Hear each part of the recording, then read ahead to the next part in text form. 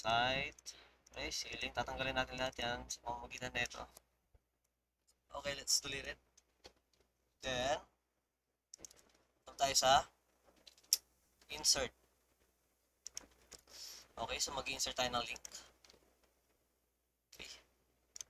Dito. Simple house. Pasok natin yan. Okay, so wala pa rin siyang floor plan. So gagawin natin, ikakopy natin yan sa pamamagitan na ito. So, sa collaborate. Okay. Copy. Select link. This one. Copy. Multiple. Tapos, click natin yung lahat na ito. Elevation na yan. Then, finish. Okay. So, nakopy na natin. Kailangan na natin insert dito, which is punta tayo sa view. Okay, plans. Unahin natin yung floor plan. Select natin both. Okay. Okay. So, lumabas na doon. So, next, punta ulit tayo sa view. Reflected naman. Edit type. So, hanapin natin mechanical. Tayo.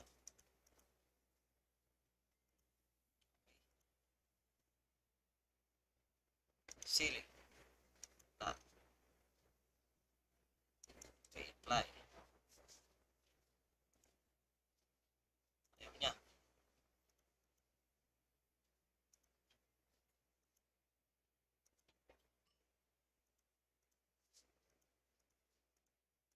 So, anyway, kung wala, i-apply lang natin. Okay lang natin kung wala. Okay.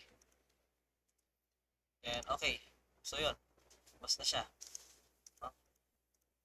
Then, finish. So, anong gagawin natin ngayon? Lumabas na. Tayo dito. Sa level 1.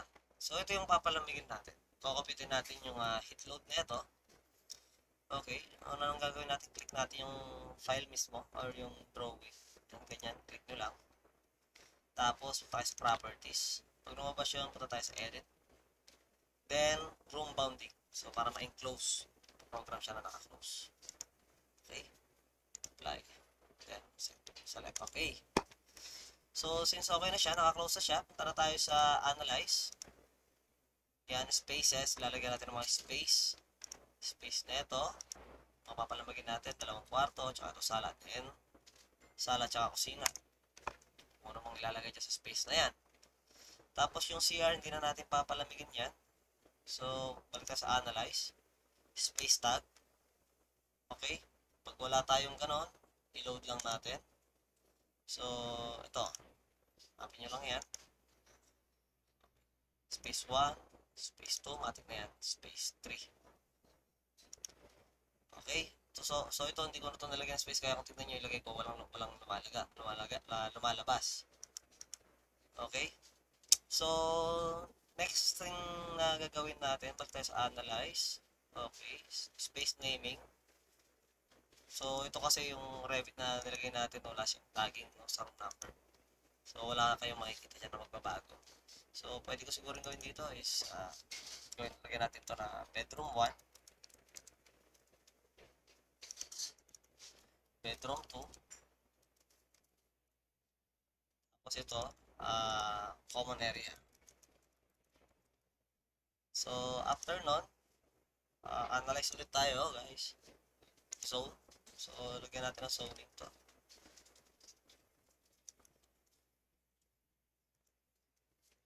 Zoning. Yan. To, tsaka to. So, isang zone na yan. Tapos, another zone. Yan. Okay. So, may dalawa na tayong zone, no? So, next thing na gagawin natin is, gagawa tayo ng energy, yung parameters. So, gagawin natin is, conceptual masses and building elements. Okay, new construction, of course. Tingnan natin dito. Edit. So, bahay siya. So, hanapin natin single family. Building operating schedule. So, huwag na natin pakilaman yan. I-default na natin yan. Okay. Building. Okay. So, what kind of HVAC system? Siyempre, split type lang tayo dyan. residential, singles, tayo ng split. Split type. Hanap tayo.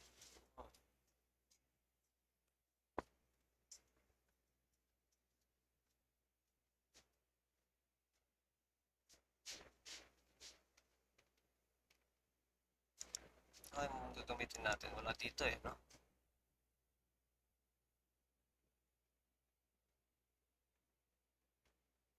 Okay, tingnan na lang tayo dito.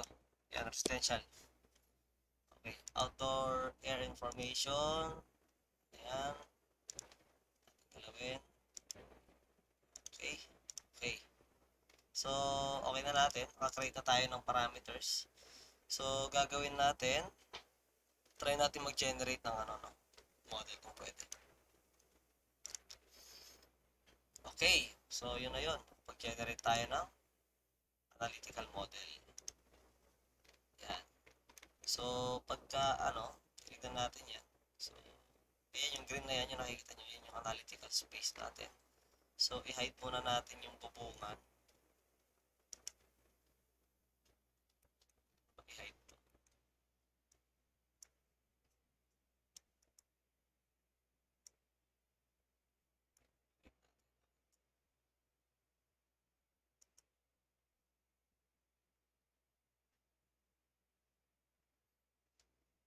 Save here.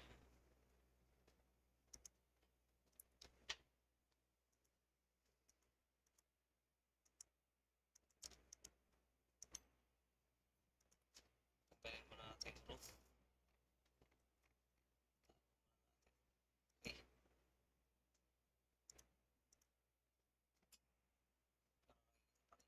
Space kasi yan eh. So, sa taas din yan. So, mapasin ninyo meron siyang analytical space sa bubong. Siyempre, may space din yan. Pero ang focus natin ito pa sa baba. Okay? So, yan. So, check na natin. Ito tayo dito sa level 1. Okay? Tayo sa analyze ulit. Mag-hit load na tayo. Okay. So, kanina, tinaray natin palatan yung So, dito pwede rin natin ayusin yan. So, wala tayong tap dito. Dito, pwede na to. So, hanap tayo ng split type. Natural ventilation. Siyempre, location natin. Sa tayo, Manila. Ang lalagay natin. Kasi wala kang internet. Manila. Yan. Manila. Yan. Okay. Okay. Okay. So, ito na yung analytical space natin. Yung nakikita ninyo kanina yung green. No? Yung sa baba, sa may 3D. So, yung sa bubungan, hindi siya kasama sa palalamigin natin. Pero, ano pa rin yun? Still, kasama pa rin yun sa kinocompute ng program. Siyempre, bubungan, space, airspace, ilang init yung papasok dun sa area natin. Okay? So, dito, may papatamo pa tayo. Wala na. Okay? Save settings. Okay, tapos calculate natin. And boom. So, lumabas na yung project summary. Hindi na natin ilagay itong mga to. Yan. Okay. Yung area, zone 1 and zone 2. So, kung ayan, lumabas na yung pangalan ng room. Okay. So, zone 1, zone 1, yun yung bedroom 1, bedroom 2. So, meron tayong 4.8 kilowatts and 5.8 kilowatts. So, kung titignan natin yung summary niya, halimbawa ito, yung detail niya, may bedroom 1, ito yon. So, meron siya, lalabas na dyan yung door, yung bintana, yung roof, yan. Yan, yung mga breakdown, okay. So, dito nalalabas lahat yon. Yung init from wall, from door, from roof, partition, lightings, power, people. Okay, kung mapansin ninyo yung people dito, ilan? 4. Okay, pwede nyo naman palitan niya, pero hindi naman ganun kataas ang load niya, no? Since residential siya. And, eto, pangalawa, so lalabas na rin dyan. No, common area, tingnan natin.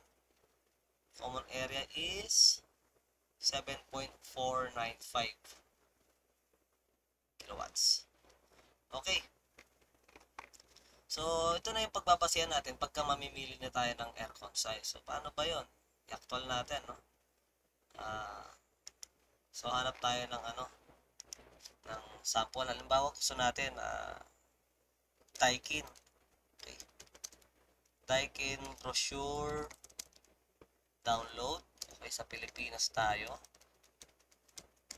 Okay, so titingin tayo ng mga brochure nila. Okay. So, hanap tayo. By the way, hindi po ito sponsored ng Daikin. Gamitin lang natin sila para maging sample sa pagmamaterial selection. Kaya natin product, chair. Okay, so tingnan tayo dito. Split type. Okay. So, sa split type niya, meron siyang sinasabi dito 1 horsepower, 1.5, 2.0. So, paano ba i-correlate yung kilowatts? So, guys, it's a misconception na yung kilowatts na na-compute natin doon is convert ng 746 papuntang horsepower. Magkaiba po yun, ano? Okay. So, makikita ninyo dito, meron silang brochure, which is this. So, sabi dito kung papansin ninyo, ay mag-submit. Okay, zoom in. Okay? Kung ito makikita ninyo, merong horsepower, ito yung kilowatt. So, di naman yan mako-convert, no? Kahit i-try natin. 1 HP kilowatts convert. Hindi yan direct conversion. Yan. So, hindi siya. Yun. So, 2.5. So, ang na-compute natin kanina, para sa bedroom 1, okay, let's open Excel. Okay, new. Okay. Let's open Excel. So, bedroom 1, ang na-calculate na heat load, no? Heat load. Okay.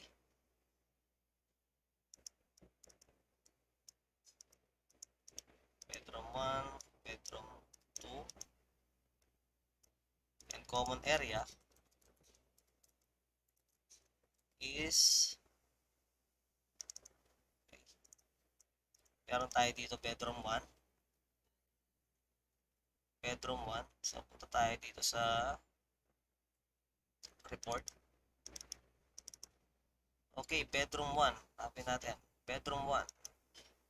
So, meron tayong total load na 4.87 watt. Okay, sa bedroom 2, 5.883. And sa common area, meron tayong 16. Okay. So, ito, convert natin into kilowatts. Heat load to, dito yung HV na yan, heat load. So, equal, divide natin ng 1,000. Oops. Yan. So, ito yung mga parameters natin yan. So, kung titignan ninyo yan, anong bang papasok na unit dito? Okay? Model. So, pupunta tayo dito. Gilid natin. Bedroom 1. So, titingin tayo dito ng air conditioning unit na pasok. Okay? Ulit. So, 4.8. Ano bang pasok dyan? 3.5. Hindi pwede. So, dito tayo. Sa 5.2. Okay? So, ang kailangan natin para sa bedroom 1 is itong model na to. Okay? Kasi nga, 3.5 yung 1.5.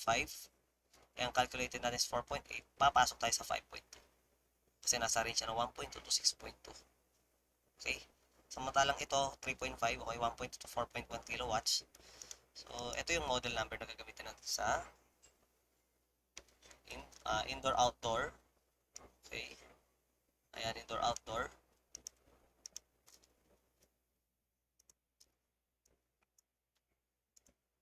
Ayan. Indoor natin.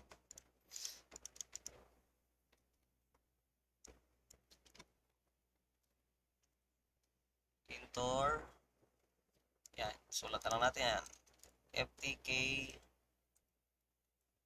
Z50 WVM. Okay, tapos yung outdoor natin RKZ50 WVM. So, yan na yun. Bibili tayo ng aircon.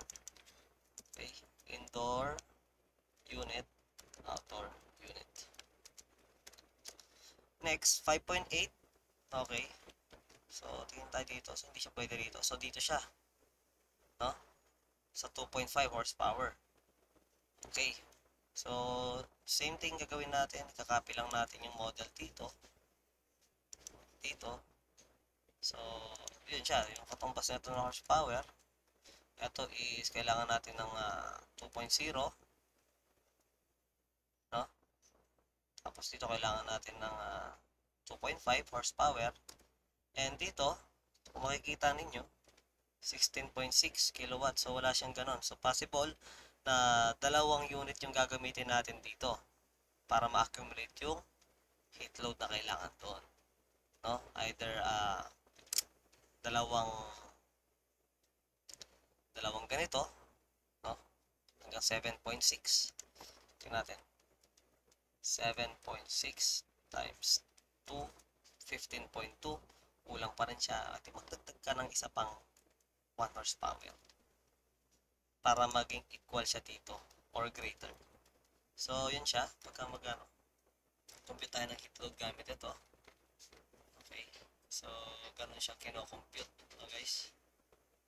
So, hopefully, meron kayong natutunan. Yan. Tapos, ipiprint natin to. Print natin para mag-generate siya. Try natin. Tapos, lalabas siya doon. Okay. Print natin. Para makita natin kung lumabas. Documents, heat load.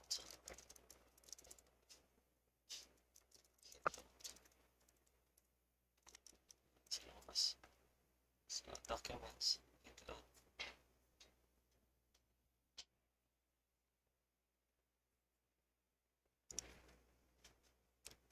Heat load.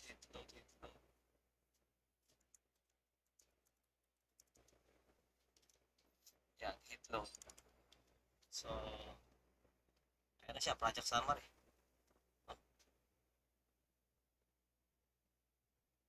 Yan. So, yun lang guys. Napakadaling gamitin. So, hopefully, meron kayo natutunan. And thank you for watching.